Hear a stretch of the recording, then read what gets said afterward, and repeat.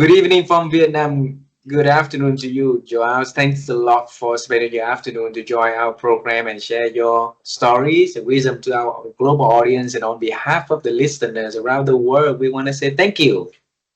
Well, thank you very much, Ha, for having me. It's a pleasure to connect Europe and Asia. It's amazing. I know, and it would be a lot better if we be able to see you and your son in Vietnam in January of next year, right?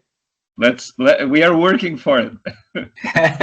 And like you say, you are global citizens, so we want to make sure that those globalization, the global citizens being able to see one another. And I really look forward to meeting you in person. Meanwhile, I'll have your friend, a copy of your friend here, okay? It's on my side. I will definitely make the connection. Yeah. And in preparation for your trip to Vietnam, all right, it's very honor in our culture. And Joao, if we can have you to share a little bit about who you are to our audience, would you please do that for us? Sure, absolutely. Um, so my name is João. I was born in Lisboa, in Portugal. I am a lawyer that turned into a manager, which, by the way, turned into a mentor, and this was the sequence. Um, I'm a brother of two. I'm a father of three, and I'm a friend of a few as well. It's with a great pleasure that I can say that I'm very grateful to life and in all aspects because obviously I think the fact that I was open to welcome what life was giving me, I'm also understand that I was very fortunate to be in a position where I could make some decisions that actually led me to see myself today, looking back as a citizen of the world. My work has been always the best travel agency of my life. Not only for the 22, 23 years I spend in the corporate world, which I usually refer as my internship in corporate world, and then I was released, and then the last decade as well, trying as much as I can to bring to reality this dream called Walking Mentorship, which is above all a labor of love. So, in a nutshell, this is me, and I didn't refer, but I'm 53 years young. Uh, Joel, you have a phenomenal journey that you introduced to us in about 90 seconds. All right. And that is not fair for our audience. So, this conversation, we're going to examine your life journey, your internship at the corporate world, and the journey of decade, and more to come with work mentorship. Okay. Sure, All absolutely. right. So, how does time travel sound to you? Oh, I think it's fascinating, honestly speaking, because I think I already experienced few times, and I don't have any scientific proof for that. But Ah, time time is a very interesting way of looking at life. And why do I say that? Because 1 minute or let's say 60 seconds, they are not exactly the same all the time. I've sensed it myself, and I see the people that I work with sensing them differently as well. And I'm always very curious to understand what makes 60 seconds to be way longer than 60 seconds, and the opposite, 60 seconds being like a blip, like just a millisecond. And I think it's very much related the way you live your life and the way you decide to live your life. Since I spend probably two-thirds of my days during a year outdoors, because that's my office is outdoors, and nature as well, and in movement, because my activity involves walking all the time. Um, I noticed that when I reach December and I look back, which is an exercise I really enjoy to do, look back at the year that finished, especially in the last 10 years. 1 year is never 1 year. It's at least 2, 3, sometimes more than 3. That's the feeling I have. Curiously, when I was doing my internship in the corporate world, during those very, I was going to say long, but I think they were very short, 23 years, time was passing really fast. I would reach December, and it seemed that 1 year was gone in a week. And why? Why is that? Um, I refer back to my first words. I think it's very much related with your intention and the way you want to live your life. If you are open to novelty, if you are aware that there is novelty every day in your life, which is very difficult, because once you get into this rat race, to stop or slow down is extremely difficult. But once you are aware of that, and once you are open for that freshness that every new day brings to your life, it's impossible not to feel that time extends, time stretches, because there are so many dimensions inside your brain, because it's everything you know going on, everything you're thinking, and then everything that is new is coming to your brain. So actually there is few parallel time traveling, I would say, using your own words, that happens inside yourself. And as a consequence, I think you lose notion of the seconds passing, but you actually gain the perspective of the intensity of each second. And I think Greeks put it in a really interesting way. They were extremely smart. It's a pity that we lost a bit of their knowledge over the centuries, but maybe we are still in time to recover when they define these two notions of time, right? Chronos and kairos. Chronos, what we have in our watches, right? And that's it. That's the 60 seconds. And then kairos is actually the enjoyment that you take from time, which is not measured in seconds.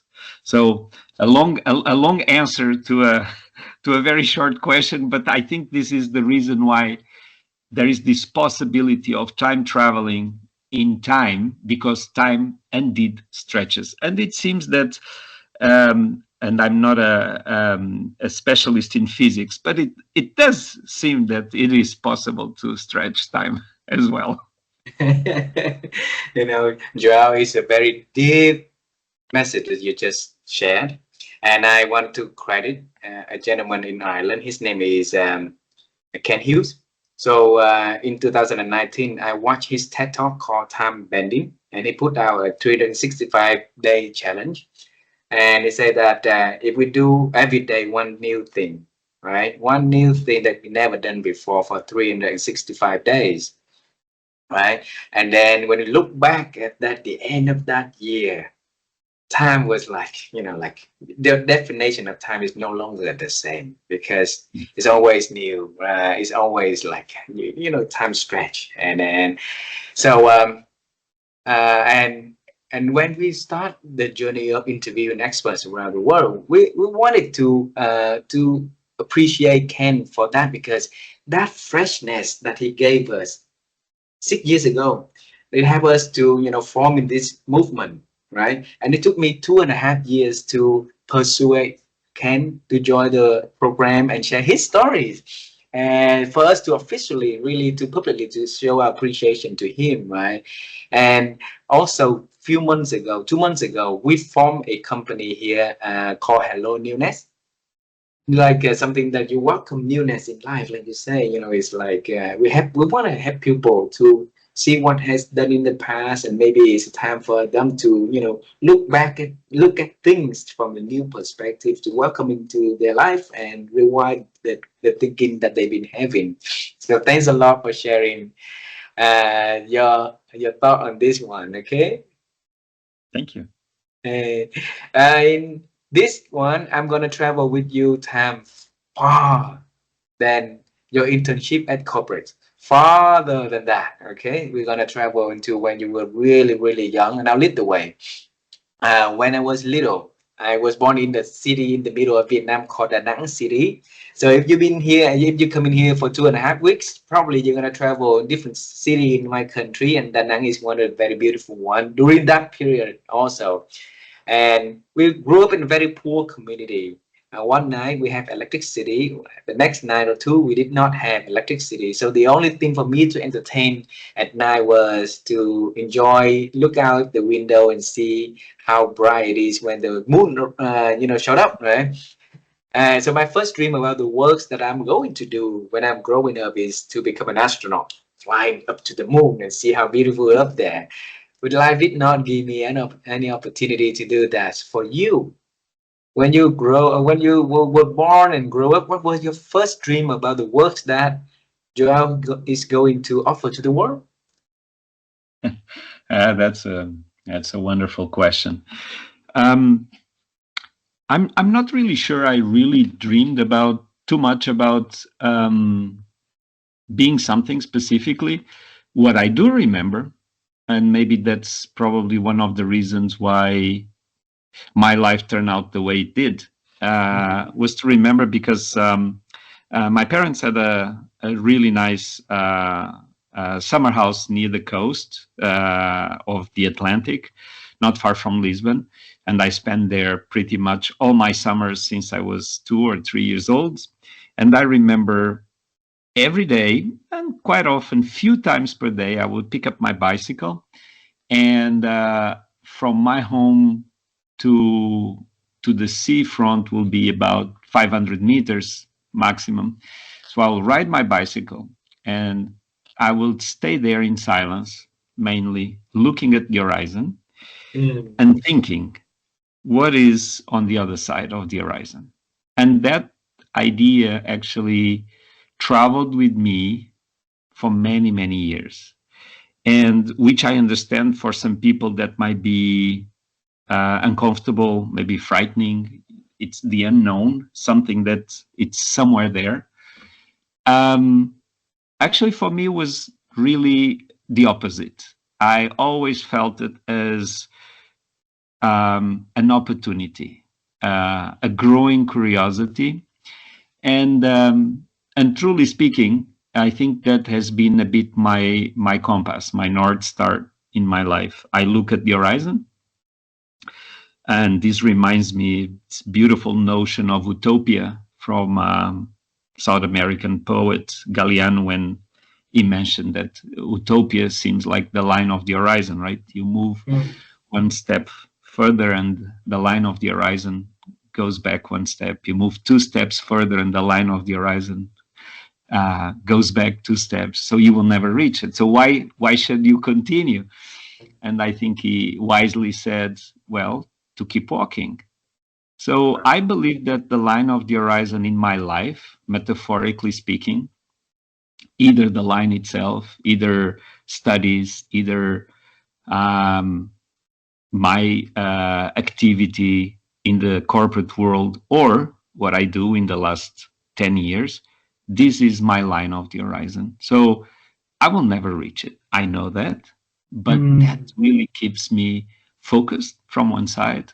It gives me the energy to keep walking because I have a direction, and enjoying because, look, in the end of the day, whatever you have in front of you, a sunset, a sunrise, clouds, whatever, it's really beautiful. So this line of the horizon, actually, it's a very beautiful image and inspiration for my life. So yeah, that's probably what has kept me walking all these years. Wow. Let's hold on in here. This is beautiful. Okay. I want to sit next to you at one afternoon for you watching the horizon at uh, that beach, right? And I want you to share with me when you look at that horizon in there, what was in your head? Yeah, well, most likely if you had your bicycle near my bicycle and we were talking, I would probably provoke you with a thought such as, I think we should go.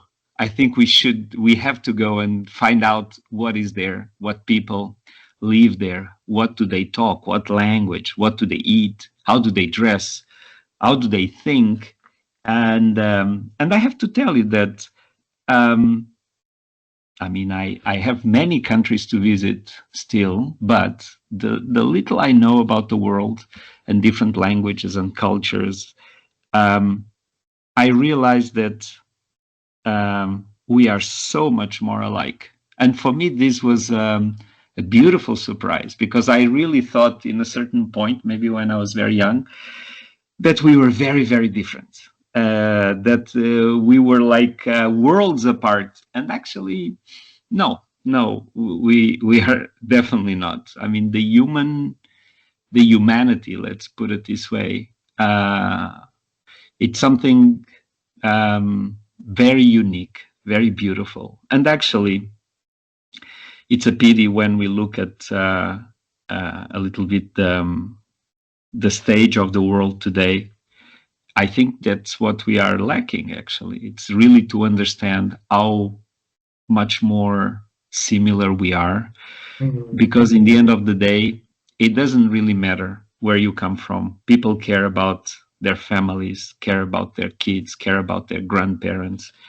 People care about the environment without even having the need to put names on what they do and how they do it. And genuinely, I think the vast majority of humans are really good. That's my opinion. Me too. Me too. And I believe in that. And that seed of curiosity sit with you at very early in your life, and until now that is keep expanding and growing. So Joao, if you look back at your family, if you look back at the family culture, the DNA, or the way that you were nurtured, right? So uh, where did that curiosity source coming from? Yeah. I have some guesses. I don't have a definite answer, but I was used to go very early to spend time in forests, mountains, nature, because I joined a wonderful organization at very young age, the Boy Scouts. And since my parents and my brother and sister, they were all related with Boy Scouting, so we were very much used from an early age to be in contact with an environment that is very different from a city. So when you are in nature, you have two options, I think. You either are extremely afraid and uncomfortable because you don't know what's happening around you, starting with sounds, shades, and so on, or you become extremely curious and you go there and you find out that that thing that you thought was a big monster, it's just a tree or a leaf and nothing else. So I believe that my relationship with the surroundings, with the environment, with especially with deep nature, has refined my capacity of curiosity because it's endless. I mean, when you start walking around and just imagine yourself at 6 or 7, because that's when I joined this wonderful organization, you don't get enough. I mean, the hard time was when they tell me that was time to go to bed and go inside the tent because I wanted to continue my exploration. And I never looked back, actually. And then I think is a muscle, right? Curiosity is a muscle. So you train the muscle and then you use it more and more in your life. You know why people do things in such way, why they think in such way, why am I doing things in such way. So it gains momentum and then it has its own force. I don't think you need to do anything else. You just keep going. But it all started with, I believe so, it all started with my very early relationship with deep nature. Wow, wow. See, how about your brother and sister? Do they Well, have that relationship with nature like you? uh, and I think you need to ask them. But from my perspective, I think they do. I think they do. Yes, I think we do share that passion, that respect as well. I do have very interesting memories of being with them, doing things that today seems unlikely. You leave home in the morning and you say that you will return whenever you return. I mean, these days kids don't do that anymore, but we were doing, and you were just off for adventure. And look, adventure and nature, it's almost the same word. I'm curious, at dining table when you came back home from sitting on silent on the beach, right? Came back home and tell your family about what you think about the horizon, what's there. What kind of conversation that you guys had at dining table normally at home? Well, I guess that I never hide from anyone my desire to know the world, discover the Mm. world. I also have to say that the fact that in my family I had people, especially my grandfather, but also my father, people that had to travel to different places, very far away places. They always brought stories, and these were the stories that were honestly for me the tastiest moment of every meal, because I would be able to be seated for 1 to 3 hours, not only because I'm a slow eater, that's true, guilty, but because around the table, when those stories starting to flow, my mind really time travel. And I thought, one day I need to have a piece of this. I need to put my feet there. My eyes need to see this. I need to smell these colors they are mentioning, and I think this is very inspiring. So I don't think a person should ever underestimate a story they share with others, especially with younger people. They might not react, they might looking at the phone. Actually, usually the ones that are looking at the phone are the ones that are paying more attention, by the way. So make sure that you keep sharing, because the ripple effects can be absolutely endless. By sharing, you just sharing that story, my mind was like sitting with you for that 2.5, 3 hours of having dinner already. Yeah. Well, see that seed of curiosity of wanting to travel, wanting to explore the world, the people, the differences, right? And then you came to reality in life with a different profession, becoming a lawyer, right?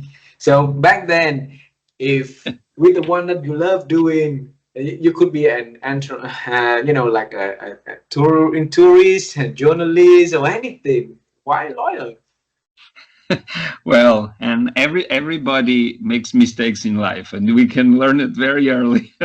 So I had this incredible idea that I would be able to defend all these big causes. I mean, but truly speaking, I think I was more moved by um, kind of a fantasy, I would say, that at that time in my culture, country, in my society, I think it made it a lot of sense. But if I look back in retrospective, probably I would have been way more useful if I would become an archaeologist or a historian, because these are my areas. I just thought, and I think that things are very differently these days, and I'm very happy to see that. I think kids, when I look at my three sons, they have a very different approach. They look at things. They are not trying to be something. They just want to be. So I think that that's the difference. I was trying to become a lawyer instead of being a lawyer. And but then life also gives you hints and shows you ways that you can correct trajectory if you want. I mean, life every day gives you a hint. Every day you wake up and life tells you where to go. You need to listen, and then you need to act upon. Of course, sometimes it's too uncomfortable, scary, and then you decide, I rather stay with my uncomfortable, life that I know, than to switch into unknown life that might be more comfortable, but it's unknown. So yeah, I think that's the reason. But in the end of the day, I have to say and give credit to my university and to my teachers at law school. And this is the credit I have to give them. When you study law, and I guess this is pretty much similar to every country, you are preparing your brain to be always in a position that you have something broken or lost in your hands. Now, from this, fix it. try to prove something or try to prove something didn't happen, but you always come from a position, I guess, that you are not accusing anyone. Actually, that's more the role of the other side of the aisle. But if you're a lawyer, and I have to be grateful, because when you train your brain to fix things, to find solutions, because that's what a lawyer should do, find solutions. Okay, there are many ways sometimes to find the solutions, but that's the training. And then I use it, in my corporate life, and I use it today. I don't think about it, but thank you for the question. I definitely should give credit to those 5 endless years in law school plus 18 months of practice for bar exams. So it was a very long journey. So when you say that life have its ways, its magical ways to show you, right? As long as you chose, I note it down here. You see me, see up and down. I have a big nose in here to write it down also. So you say that if you want, right? Yes. And it seems like you have a 2 decades internship somewhere, that in the quest of finding what you want and responding to the magical ways of life showing you, right?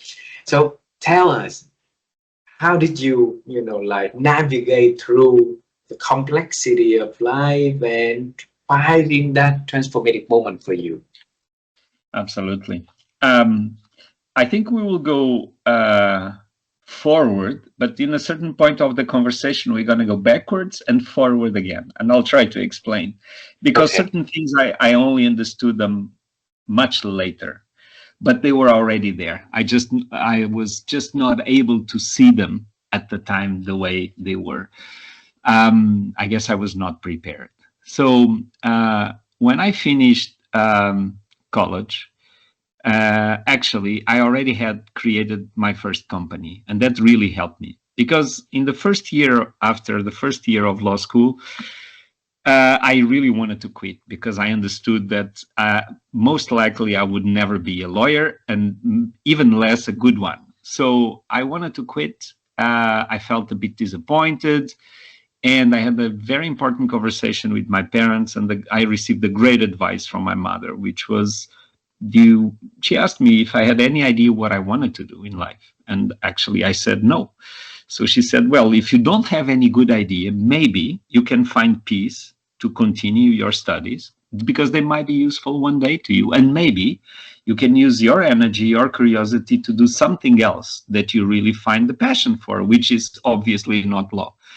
Fortunately enough, and I have also to give huge credit to this friend,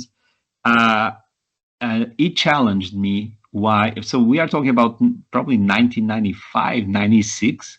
He's talking to me about why don't we try to create an internet company?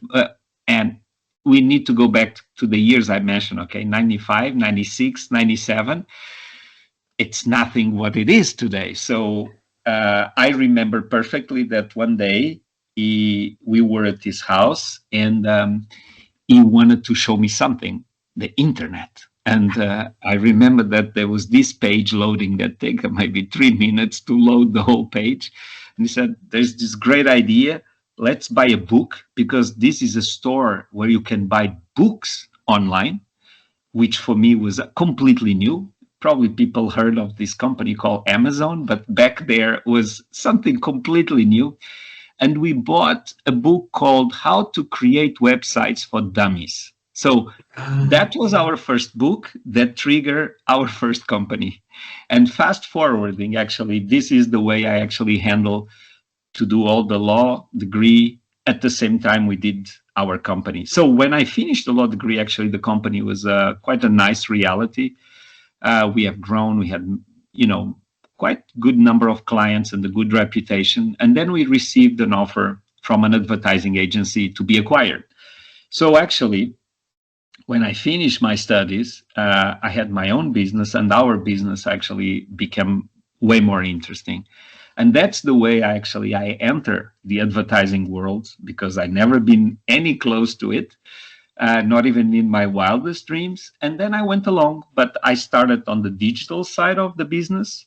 But after 2 or 3 years, I remember that I thought, okay, internet, digital is very important. I know what I needed to know. I want to try something else. You see, or again, the line of the horizon moving in front of me. So I moved into the direction way more close to the business, which actually took me years later back to school because I honestly, as a lawyer, my management skills were quite questionable. And I end up adding two more post graduations. And then even later on, I made an investment that I stopped for a year and a half. And I did an MBA, an international MBA, which really gave me other capabilities and skills. So my life went on to the management side of it. When you look at my CV, I think people would say, oh, this is so well planned. No, definitely, it was not planned at all.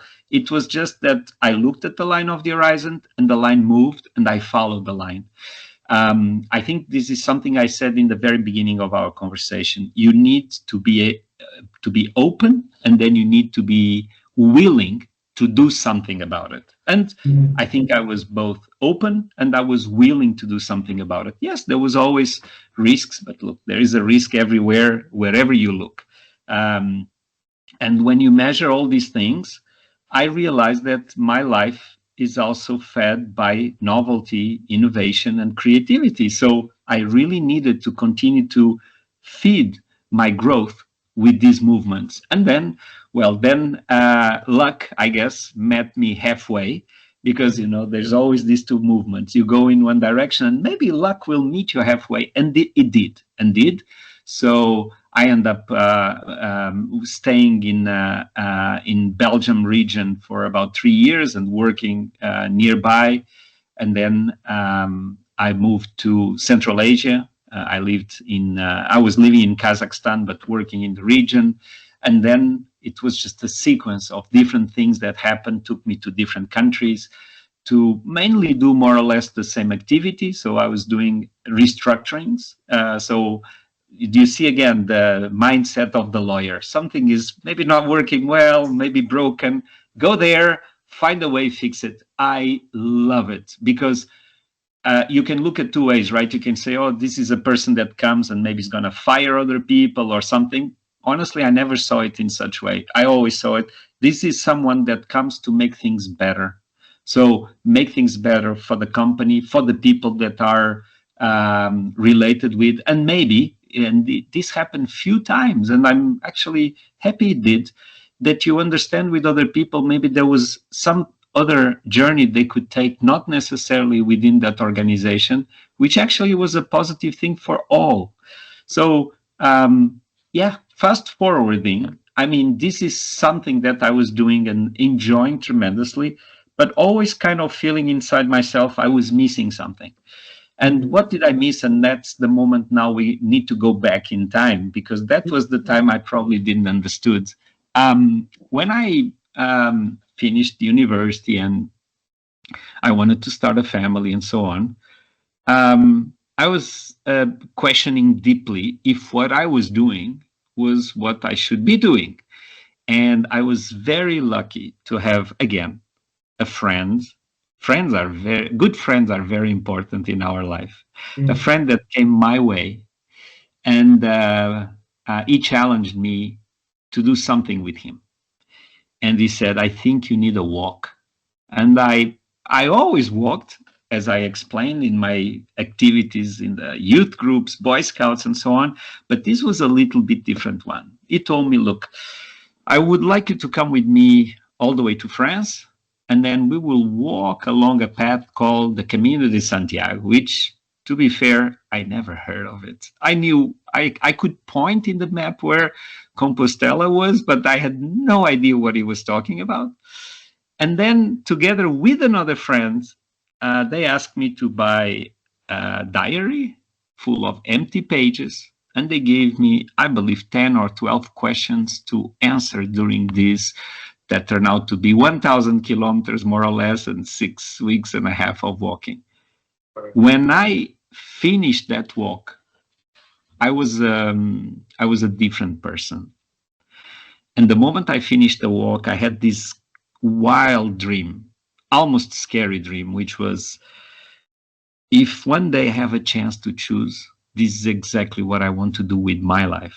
There's no name, no business model, no brand, nothing. But the idea was clearly there. I would like to walk because when I walk, I feel at home.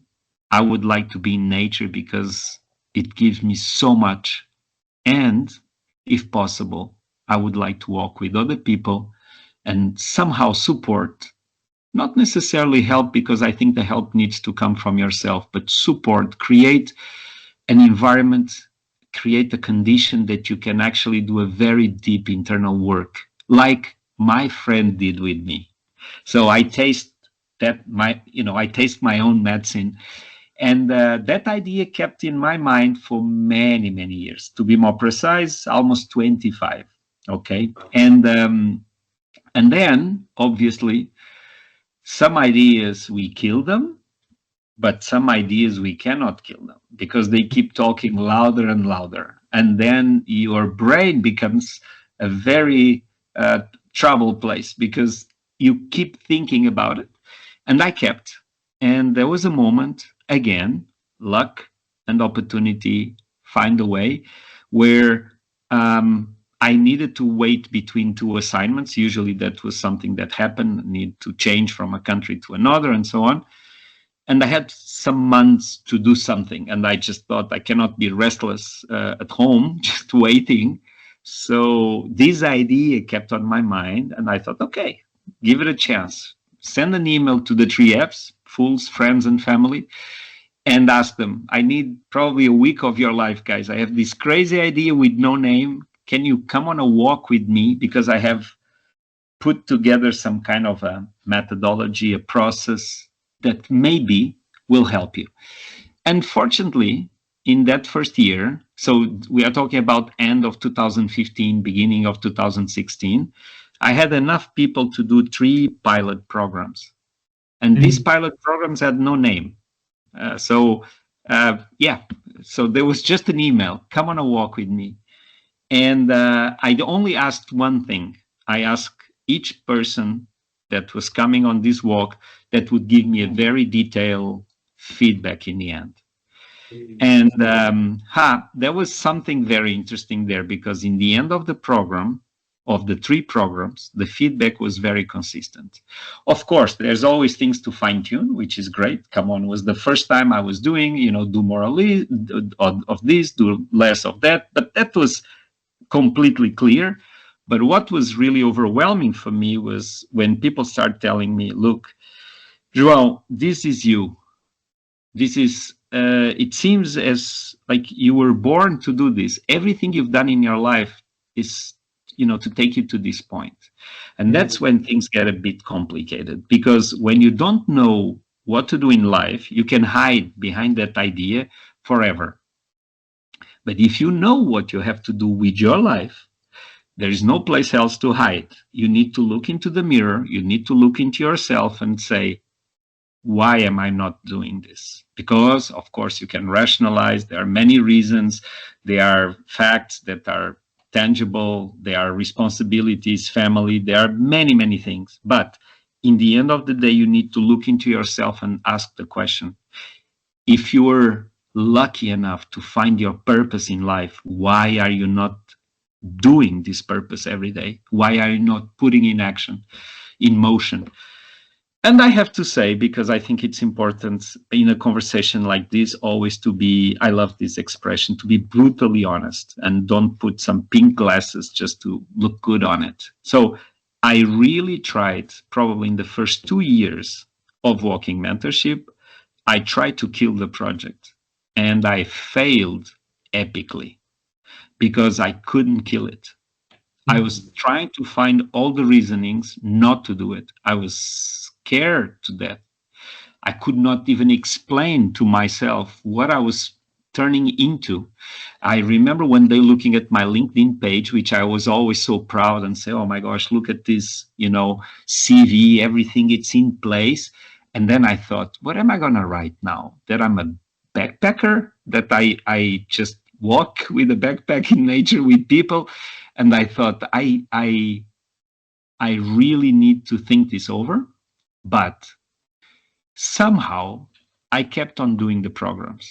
People kept on calling, like, oh, I heard that you were doing this. When is the next one? And I remember to think, but there's no next one because I'm not planning to do any next one. And they will tell me, well, if there is a next program, maybe I can be on a waiting list. And I was thinking, there is no waiting list, guys. Leave me alone. I don't want to do this. So life, and I don't want to use much of your time, but life was always showing me, do it, keep doing it. You have doubts. If you do it, your doubts will become much more clear, which I did. And moving forward, I was lucky enough again to start walking with people that were absolutely critical for the success of what we do. And some of these people later on, especially one, became my partner, Nuno Santos Fernandes, which is one of the persons that joined one of the first pilots, funny enough. But other people that turn out then to become our mentors as well, because we need to continue to grow and develop, and we need people, obviously, to help us. So I give you on a big tour. Beautiful. So you will get the full picture. Your question was much smaller, but I decided just to take you on a walk with me. Wow, it's very, very beautiful, and I really. Who's the friend? What's the name of the friend that 25 years ago took you to France for that walk? Oh, I will tell you. His name is Jorge Anselmo. He's actually a priest and a very special human being. And he's been one amazing companion in many, many, many walks of life, literally and metaphorically. So I definitely need to give credit to this man that put me on the right track to my purpose. Because earlier you mentioned about the importance of having friends in life, right? And he's a very special friend. He knew that you struggle, and he knew that he could do something to take you somewhere, and not knowing that somewhere will eventually take 25 years later for you to really live your dream, that you had when you have a 6 7 years old, right? So what made him do that? Did you ask him? Well, I think so. I think Yeah. so. But I have to say that my life would be very, very, very different if it wasn't for my friends and my family. I'm really grateful because friends and family are like angels that are sent to you at the right time to help you. And this friend was exactly that person. He saw how much I was struggling in that moment in life with many issues that I could not be able by myself to figure them out. And, that's a huge inspiration for what walking mentorship is. Because I think one of the biggest, if not the biggest skill you need to be a walking mentor is the capacity to walk, yes, indeed, but to walk and listen deeply to the other.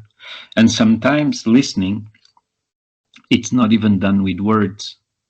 Sometimes you need to be able to listen the silence of the other.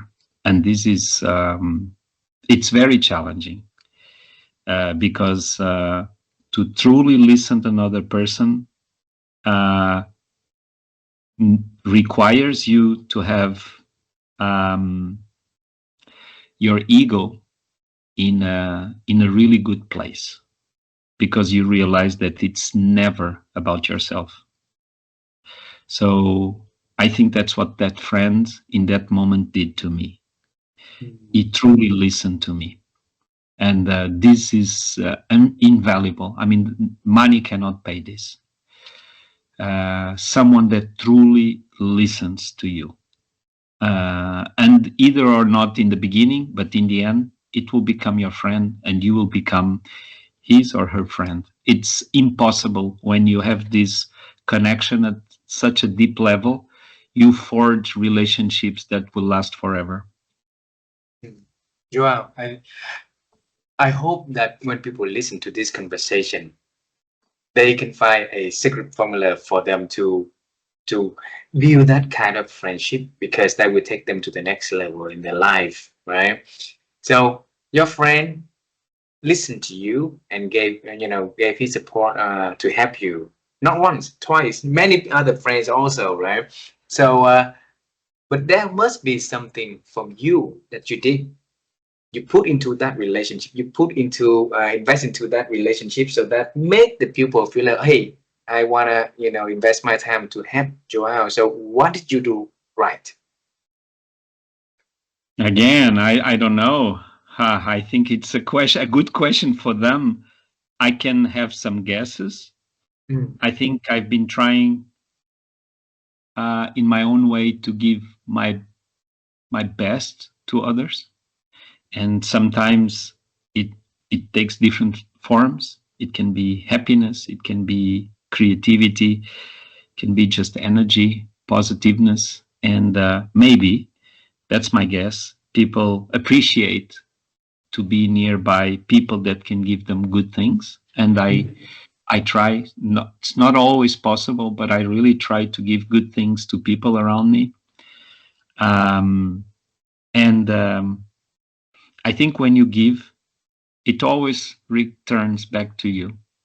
Yeah. That's what I think. And the more you give, the more you receive. It's a win-win game all the time. You never lose anything. You never get poorer. You never lose anything. I mean, and it's an endless source of life.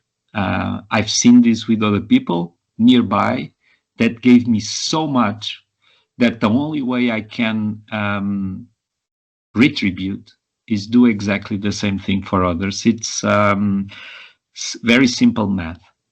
Yeah. Wow. You mentioned the word I think a few times in this conversation. And Joel, my wife and I, we've been on the quest to help people to improve their ability to think in our project. And we would love to ask you this question. How have you been growing your ability to think over the years?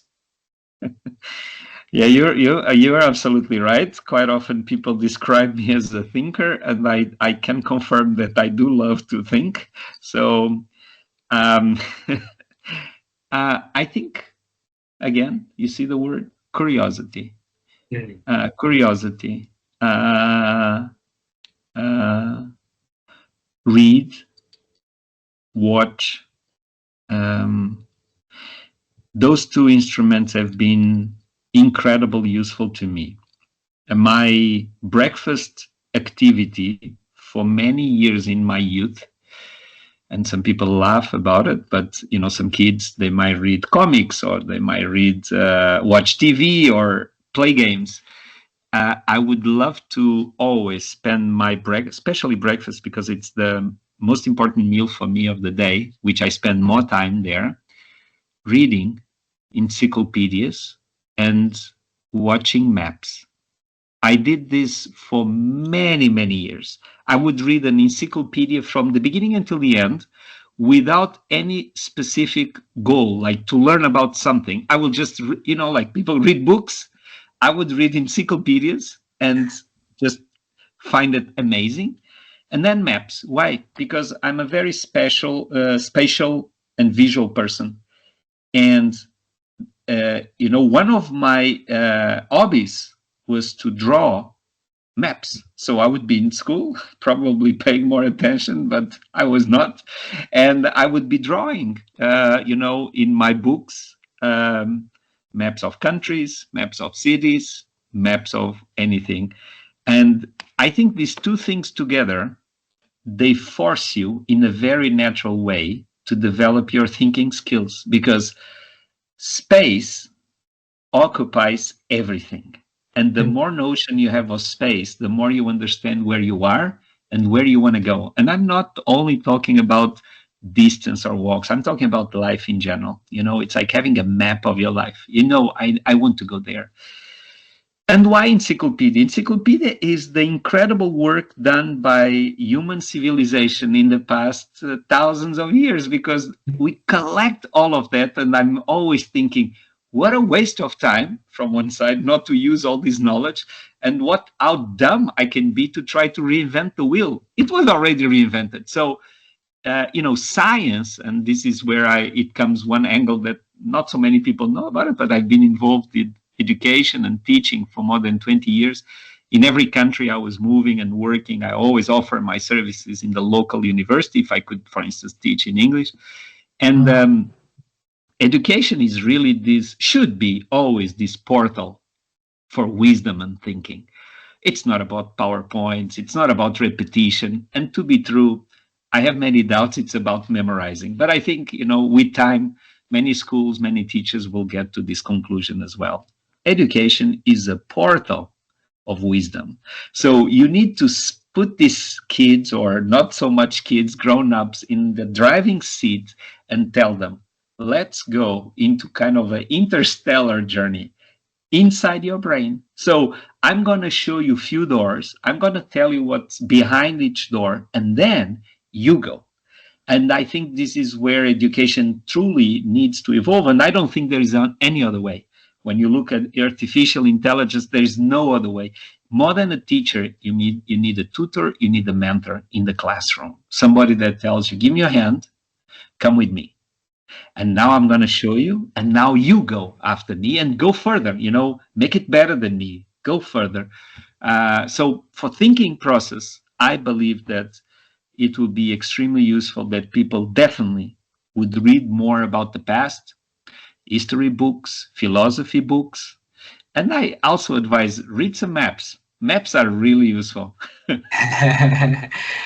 I think we're reaching to the end of the hours we have, and it's beautiful. I'm not sure if I can spare additional time of you to ask two more questions. How possible is that?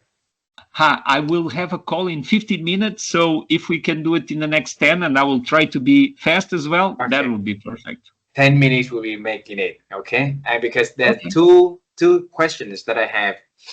So assuming I wanna take you to one of the walk that you take the people with you in the walk, in the mentioned walking, right? Okay. So at night when people tired and sleep and it's silent, and you look at the horizon after a long, busy and tired day, what message did you talk to yourself? Oh, that's a beautiful question. Quite often, with very few exceptions, at that moment, I feel the happiest person on the planet, because I am at the right place doing exactly what I need to be doing. All the efforts, all the challenges, all the difficulties, they fade away in that moment, and you reset, and you're ready for the next day to go again and do your best. There is a very powerful impact in life when you realize that you are fulfilling your duty as a human in humanity. And I think this is enough. Wow. Last question, and I'm gonna pick one important person in your life for talking again, okay? You mentioned about the beautiful and importance of friends and family.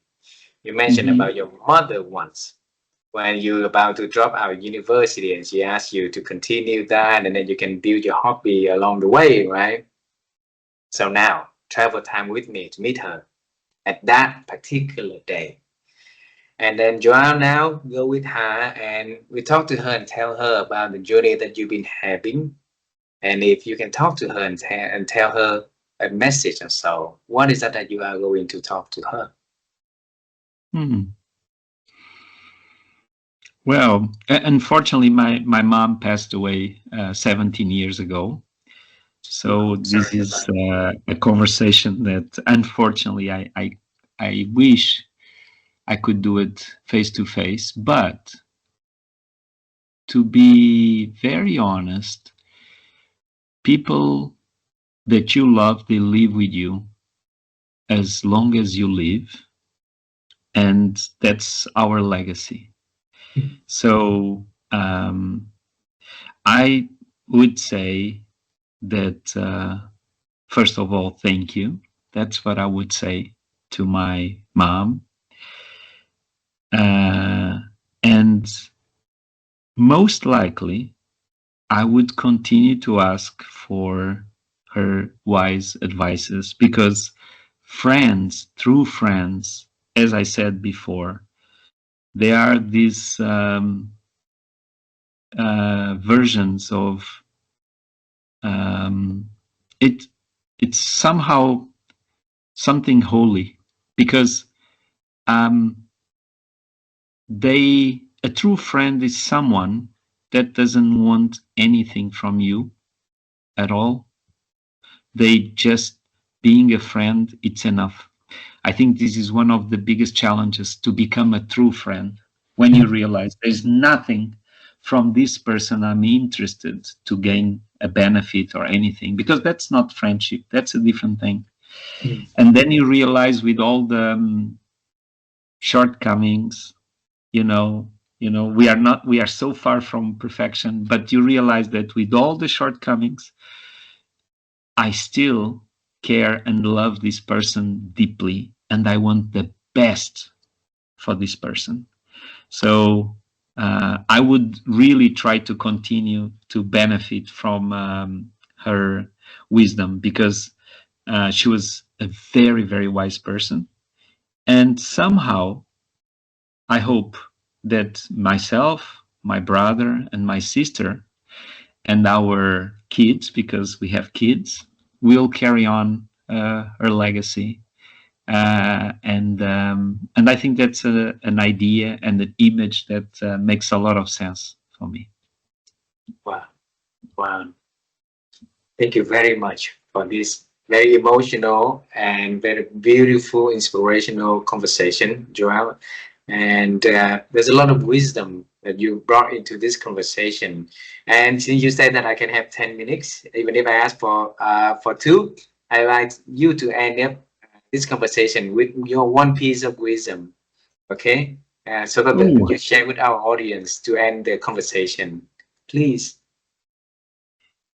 Well, I thank you for the question. I have doubts that I'm that kind of wise person you mentioned. I'm being very honest. I just try to be honest with life. And maybe if there is a piece of advice, maybe that's the one. No matter what, be honest.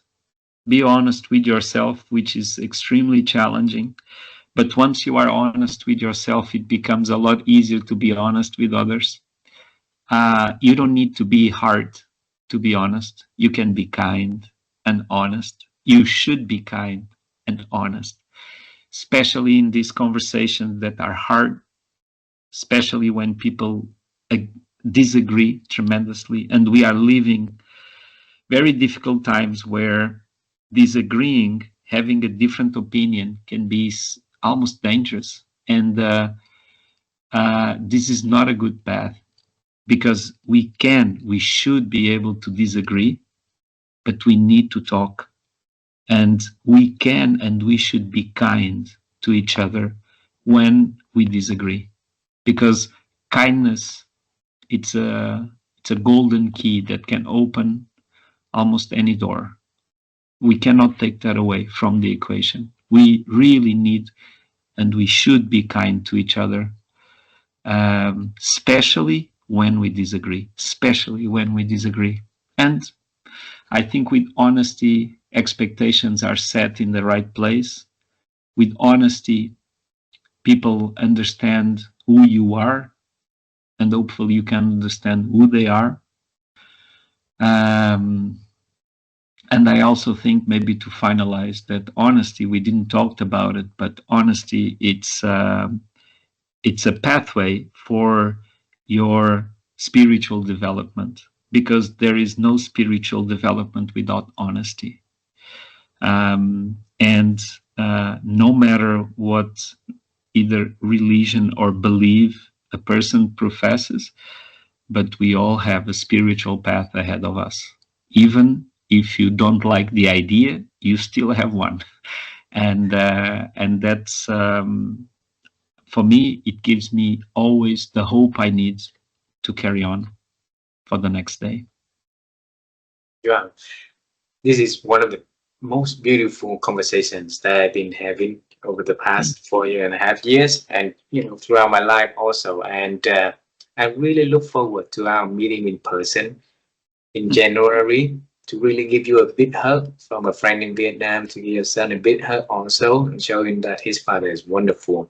And I look forward to it. Meanwhile, I wish you a wonderful, wonderful day, and thank you so much for spending your afternoon to join and share your wisdom, your works to our audience. Thank you very, very much. Thank you very much for not only having me, but to listen to me. I really appreciate that. Bye bye for now. Okay. Thank you. Thank you. Bye bye. Bye bye.